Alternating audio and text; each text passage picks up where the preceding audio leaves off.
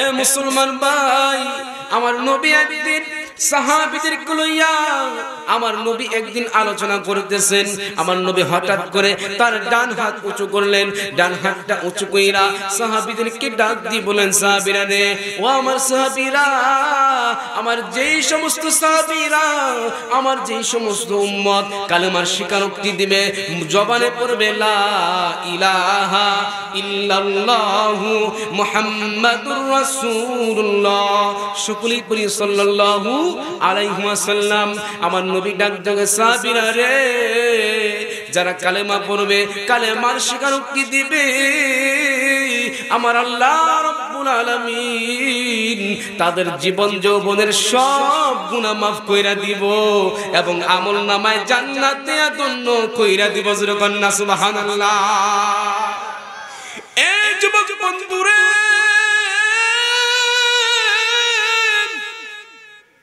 সমস্ত সাহাবীরা খুশি মনে কালেমা পড়লেন, কালেমার স্বীকারোক্তি দিলেন। সাহাবীদের মধ্যে আনন্দ উল্লাস শুরু হয়ে গেল। কিন্তু বাবা গো, আমার নবী হঠাৎ করে একটা কান্নার আওয়াজ শুনতে পাইলেন। কে যেন কান্দে রে, জমিদের মাটি না রে, আর ডাকতে কই, জমিদের মালিক, আসমানের মালিক আমার আল্লাহ।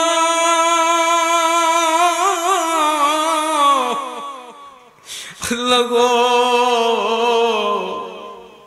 তোমার নবী ঘোষণা কইরা দিছে, কালেমা পড়লে নাকি তুমি আল্লাহ জীবনের গুনাহ মাফ কইরা দিও। কিন্তু আল্লাহ, আমি এমন গুনাহ করছি, আমি বড় ভয় পাই, শুধু কালেমা পড়লে মনে হয় আমার আল্লাহ আমার গুনাহ মাফ করব না। এই বন্ধু,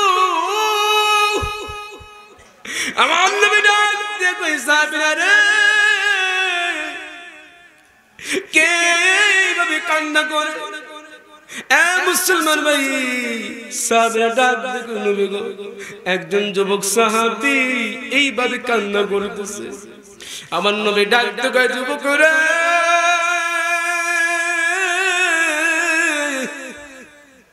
আয় আয় আয় আমার কাছে। নবী যুবকের কাছে টাইনা নিলেন, যুবকের মাথায় হাত দিয়া ডাক দিয়ে কয়, যুবক রে, তুই কি এমন গুনাহ করছিস, কেন কান্দোস? যুবক সাহাবী ডাক দিয়ে কয়, নবী গো, আমার মতো গুনাহ কেউ করছে কিনা জানি না। এ বন্ধু, আমি এমন একটা গুনার কথা বলবো, যেই গুনাহ আমি আপনি কেউ কোনোদিন করি নাই, সেই গুনাহ আমার আল্লাহ কালেমা পড়ার কারণে মাফ করছে। কেন আমি আপনি নিরাশ হয়ে যাই? আল্লাহ পাক দেখি বলেন, লা তাকনাতু মির রাহমাতিল্লাহ। আল্লাহু আকবার। আল্লাহ কয়, বান্দারে, তোরা আমি আল্লাহর রহমত থেকে নিরাশ হয়ে যাস না। ইন্নাল্লাহা ইয়াগফিরুয যুনুবা জামিয়া, আমি আল্লাহর কাছে মাফ চা, যত গুনাহ করছিস না কেন, তওবার মতো খাঁটি তওবা করতে পারলে আমি আল্লাহ তোর সব গুনাহ মাফ কইরা দিব। এইজন্য মুসলমান ভাইরা আমার, কোন দিকে নজর দিবেন না। আমার নবী ডাক দিয়ে, যুবক রে, তুই কি এমন গুনাহ করছিস, খুইলা কম। যুবক সাহাবী দুইটা চোখের পানি ফেলে কান্দে আর ডাক দিয়ে, গো নবী গো, তাইলে শুনুন গো নবী, আমি কি এমন গুনাহ করলাম? আমি একদিন কয়েক বছর নামে বিদেশ যাব, সফরে যাব, বাণিজ্যের কাজে, ব্যবসা বাণিজ্যের কাজে। আমি আমার বাবার কাছ থেকে বিদায় নিছি। বাবাকে যাই ডাক দিয়ে বলছি, বাবা গো, দাও দাও বাবা, বিদায় দাও, যদি পয়সা থেকে দেখা হবে, আর না হয় দেখা হবে না। মার কাছে যাই বিদায় দিলাম।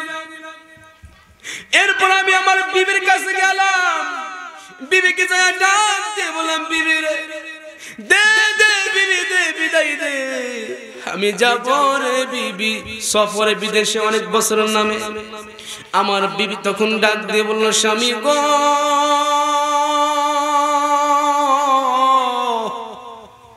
আপনি তো কয়েক বছর নামে বিদেশে চলে যাবেন, কিন্তু স্বামী আপনার মনে আছে কিনা জানি না, আমার পেটের মধ্যে বাচ্চা এই তো অল্প কিছুদিনের মধ্যে দুনিয়াতে ভূমিষ্ঠ হবে। স্বামী গো, আপনি তো এই দেশে থাকবেন না, আপনি তো আমার কাছে থাকবেন না, এই সন্তান তো ভূমিষ্ঠ হয়ে যাবে অল্প কিছুদিনের মধ্যেই। স্বামী গো, আপনি একটু বলে দেন গো স্বামী, এই সন্তানটা ভূমিষ্ঠ হয়ে গেলে এর আমি কোথায় রাখবো, কি করবো? যেরকম আল্লাহু আকবার। কষ্ট হচ্ছে আপনাদের? বেজার হইতেছেন? বলবো কি বলবো না? মুসলমান ভাইরা, যুবক সাহাবী দুইটা চোখের পানি ফেলে কাঁদে আর ডাকতে কই, নবী গো, আমি আমার বিবিকে ডাক দিয়ে বললাম, বিবি রে, ছেলে হইলে রাইখা দিবি, আর মেয়ে হইলে লবণ খাওয়া বা জ্যান্ত গলা টিপে মেরে ফেলাবি। নবীজি গো, আমি এই কথা বলে চলে গেলাম। 1 বছর নয়, 2 বছর নয়, 4 থেকে 5 বছর পর আমি যখন বাড়িতে আসলাম, বাড়িতে এসে দেখি রে, আমার বাড়ির উঠানে একটা সুন্দর ফুটফুটে কন্যা সন্তান খেলাধুলা করতেছে। আমি যখন বাড়িতে প্রবেশ করলাম, আমার দেখা দৌড়িয়া আমার বিবির কাছে গেল। বিবির কাছে যাইয়া ডাক দি, বলে, মা গো, আমাদের বাড়িতে কে যেন প্রবেশ করছে। আমার বিবি জানি কি তারে বইলা দিল। মেয়েটা দৌড়ে আইসা আমার কোলে উঠা আমার কপালে চুমা দেয়, আমার গালে চুমা দেয়, আর ডাক দিকে, বাবা গো, এতদিন কই ছিল গো বাবা? আমার সব খেলার সাথীদের বাবা আসলো, তারা তাদের বাবার সাথে কত আনন্দ উল্লাস করে, কিন্তু বাবা গো, তুমি এতদিন কইছিল গো বাবা, কইছিল? এই মেয়েটা আমার এইভাবে বললো, তারপর আমার দিলে একটা ফোঁটা মায়া লাগলো না। আমি আমার বিবিকে ডাকতে বললাম, বিবি রে, এরে বিবি, এই মেয়েটা কার মেয়ে? আমার কোলে কেন উঠছে? আমার কেন আব্বা কয়ে ডাক দেয়? আমার বিবি আমার তখন ডাক দিয়ে বললো, স্বামী গো, এই মেয়েটা আর কারো মেয়ে নয়, এই মেয়েটা আপনারই মেয়ে। আমি তখন আমার বিবিকে ডাক দিয়ে বললাম, বিবি রে, তোর না কইছিলাম কন্যা সন্তান হইলে মাইরা ফলাবি, মানুষ নাই কিল্লাইগা, কিসের জন্য রাইখা দিছস? আমার বিবি তখন ডাক দিয়ে কই, স্বামী গো,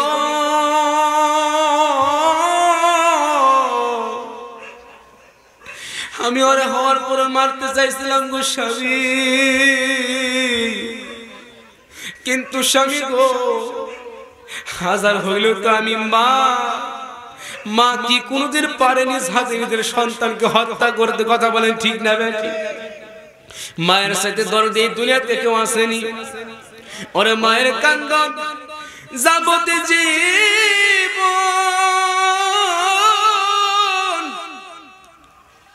2-4 মাস বোনের কান্দন রে, ওরে গরুর পরিবারের কান্দন কয়েকদিন পর থাকে না। দুঃখের দরদে আমার জনম দুঃখী মা। একটু বলেন না, গর্ভধারিণী মা, জনম দুঃখিনী মা, দুঃখের দরদে আমার জনম দুঃখী মা। কত না মারাত পহালো বিজল গুয়া মুতে, আমার শুকনায় রাখিয়া মায় তাকে বিজাতে। ঠিক না বেঠে? কত না মারাত পহালো বিজল গুয়া মুতে, আমার শুকনায় রাখিয়া মায় তাকে বিজাতে। এই জিহাদি বেবে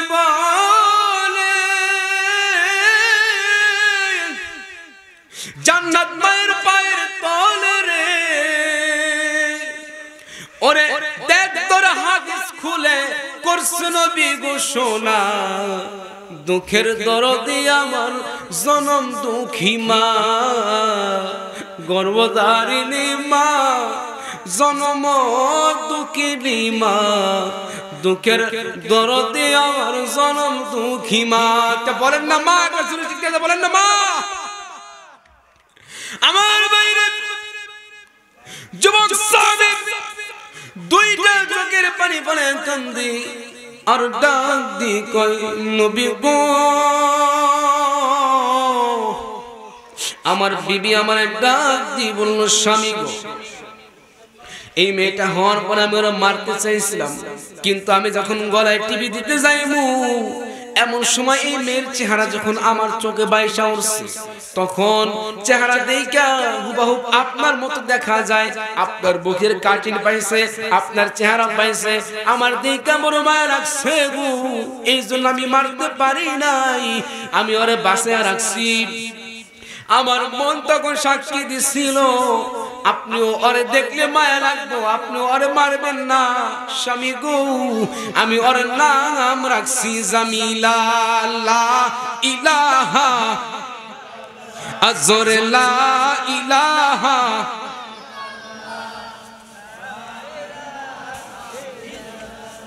মোহব্বত লা ইলাহা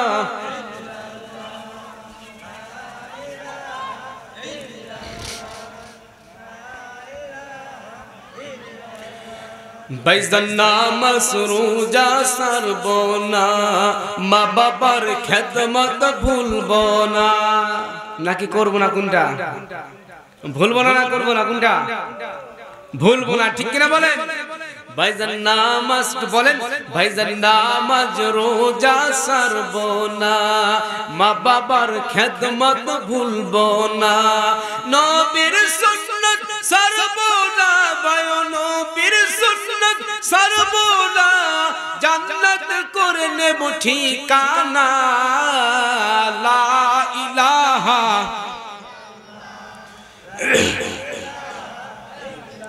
মোহব্বত লা ইলাহা জোরে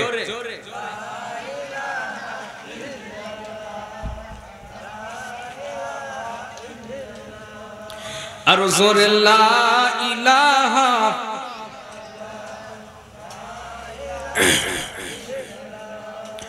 লা ইলাহা ইল্লাল্লাহু মুহাম্মাদুর রাসূলুল্লাহ সকলেই পড়ি সাল্লাল্লাহু আলাইহি ওয়াসাল্লাম আমার ভাইরা যুবক সাহাবী দুইটা চোখের পানি ফেলে কাঁদতেছে আর ডাক দিয়ে কয় নবী গো আমার বিবি আমারে কইলো এইভাবে কইলো তারপর আমার দিলে একটা ফোঁটা মায়া লাগলো না ও নবী আমি কোনো কথা না বলে চুপ করে বাড়িতে চলে গেলাম ঘরের ভিতর চলে গেলাম রাত্রি বেলা আমি যখন বিছানায় শায়িত হইছি আমারে কে যেন ডাক দিয়ে কয় এই দাহিয়াতুল কলবি তুই এটা কি করলি তোর না কন্যা সন্তান হইছে তোর না বংশের মুখে চুলকানি মারছে তোর তো মান সম্মান সব শেষ তোর তো নাক কেটে ফেলাইছে তুই এখনো এই কন্যা সন্তানের মানুষটা এখনো বাঁচিয়ে রাখছস নাউজুবিল্লাহ কোন আমার বাইরে এ বন্ধু যুবক সাহাবী ডাকতে নবী গো আমি সকালবেলা ঘুম থেকে জাগ্রত হইলাম জাগ্রত হইয়া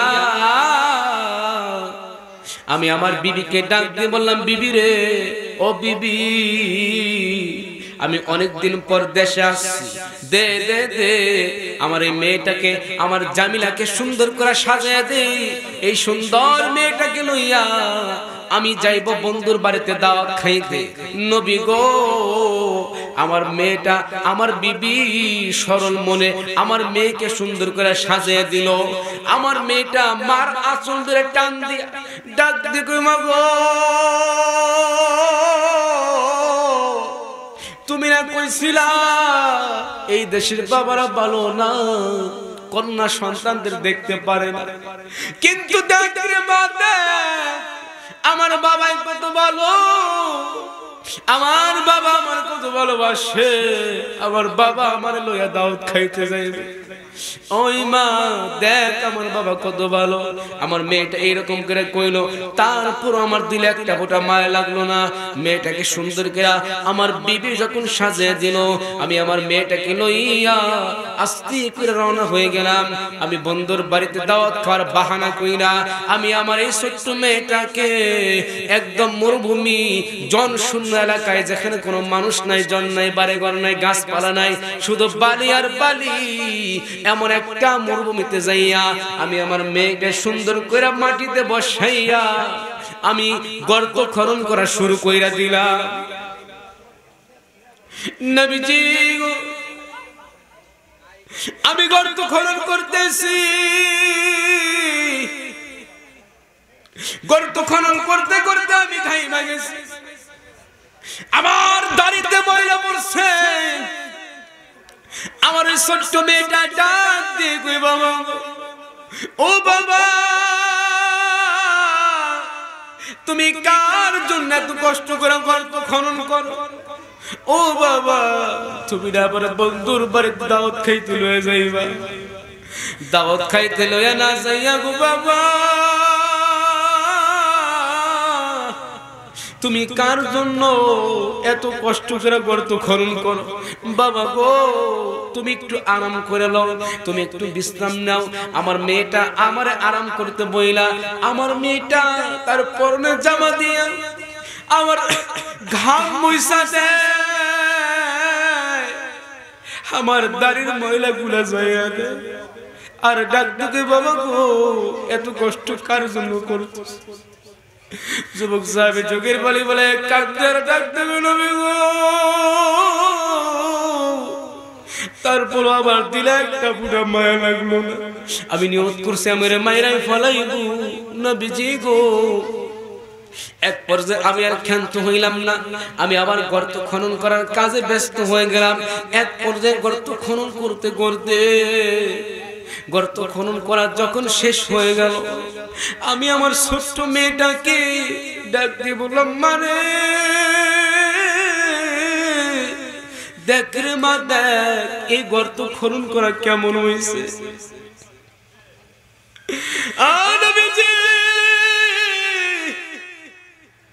আমার ওই ছোট্ট মেয়েটা সরল মনে গর্ত দেখার জন্য সামনের দিকে যখন কি মারছে, আমি নিশ্চয় পাশার বাবা হইয়া একটা জোরে লাথি মাইরা আমি আমার মেয়েটাকে গর্তের মধ্যে ফালিয়ে দিছি। নবীজি গো,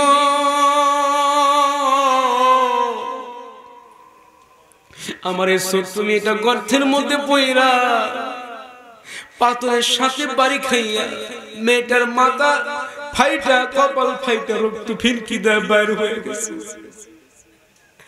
আমার মেয়েটা বয়স শুরু হয়ে রক্ত মুসার নাচতে, বাবা গো। মাই কইছে দেশের বাবা নাকি ভালো না। ও বাবা, আমি বুঝতে পারছি তুমি আমার বাঁচতে দিবা না। বাবা গো, তুমি আমার যাই না মাইরো না। আমি কথা দিলাম সমাজে কোনদিন তোমাকে বাপ বলে পরিচয় দিব না। ও বাবা, তুমি আমার জানে বাঁচতে দাও গো। আমি কথা দিলাম কোনদিন তোমার বাপ বলে ডাক দিব না। যুবক স্বামী চোখের পানি বলে কান্দে, ডাকতে গলবে গো। আমার মেয়েটা আমার এইভাবে কইল, তারপরে আমার দিলে একটা ফোঁটা মায়া লাগলো না। আমি নিয়ত করছি রে মায়েরাই ফলাইমু। আমি নিষ্ঠুর পাষাণ বাবা হইয়া ইয়া বড় একটা পাথর ওষা করলাম। পাথর ওষা কইরা আমি যখন এই পাথরটা আমার মেয়েকে উদ্দেশ্য কইরা যখন মাইরা দিলাম,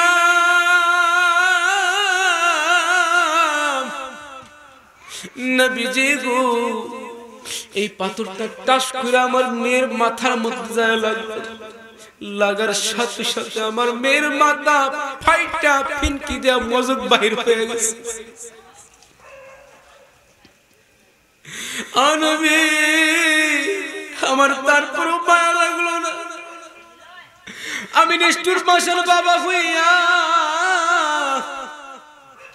আমার মেয়েটাকে মাটি চাপা দেয়া জ্যান্ত কবর দিয়ে যখন চলে আসতেছি, আমার পিছন দিক দিয়ে কে জানি ডাক দিয়ে কয় বাবা গো, ডাক দেন না ইয়া আল্লাহ। আমার বাইরে যুবক সাহাবী ডাক দিয়ে নবী গো, পিছন দিক থেকে কে জানি ডাক দিয়ে ও বাবা, এত নিষ্ঠুর কেমনে হইলা গো, কেমনে তুমি আমার মাইরা ফেলাইলা। আমি নবীজি গো, আমি চলে আসলাম বাড়িতে, এখন আমি খাইতে পারি না, ঘুমাইতে পারি না, শুইতে পারি না, আমি সব সময় আমি আমার ওই মেয়েটার ডাক শুনতে পাই। আল্লাহু আকবার। আমার নবী এই ঘটনা শুনে কান্নায় ভেঙে পড়লেন। আমার নবী ডাকতে কই সাহাবী রে, তুই কেমনে এত পাষাণ হইয়া গেলি? আরে সাহাবী তুই কেমনে পারলি রে বাবা হইয়া নিজের কন্যা সন্তানকে নিজ হাতে মাইরা বলে? অথচ আমি এতিম নবী, আমি জন্মের পরে আমি আমার বাবার চেহারাটা দেখতে পারি নাই। 6 বছর বয়সে আমার মা আমাকে ছেড়ে বিদায় হয়ে যায়। আরে সাহাবী কেমনে পারলি রে, তুই কেমনে পারলি? এ বন্ধু, আমার নবী একদিন হাসান আর হুসাইনকে লইয়া বইসা রইছে। হঠাৎ করে হযরত আলী রাদিয়াল্লাহু তাআলা আনহু বহিরাগত থেকে আসছেন। আসিয়া হাসান আর হুসাইনকে ডাক দিয়ে বলেন, আয় বাবা হাসান, আয় বাবা হুসাইন, আয় আয় আমার কোলে আয়। বাবা হযরত আলীকে দেখে হাসান আর হুসাইন দৌড়ে হযরত আলীর কোলে যায় উঠছে।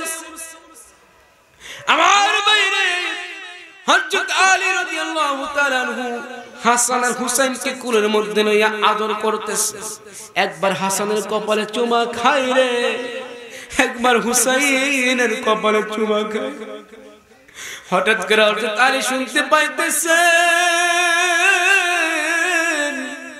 কে জানি বুবার মতো ফুপে ফুপে কান্দে, ও ও করে কান্দে, গুংরে গুংরে কান্দে। হযরত আলী নজর করে দেখে আর কেউ কান্দে না, আখির জামানার পয়গম্বর বিশ্বনবী এতিম নবী মুহাম্মদুর রাসূলুল্লাহ চোখের পানি ফেলে কাঁদতেছে। আমার ভাই এ বন্ধু প্লিজ দিলটা নরম করে দিবে, নবীর মহব্বতে নবীর ভালোবাসায় দেখেন তো বাজারে এক ফোঁটা চোখের পানি পড়ে কিনা গো।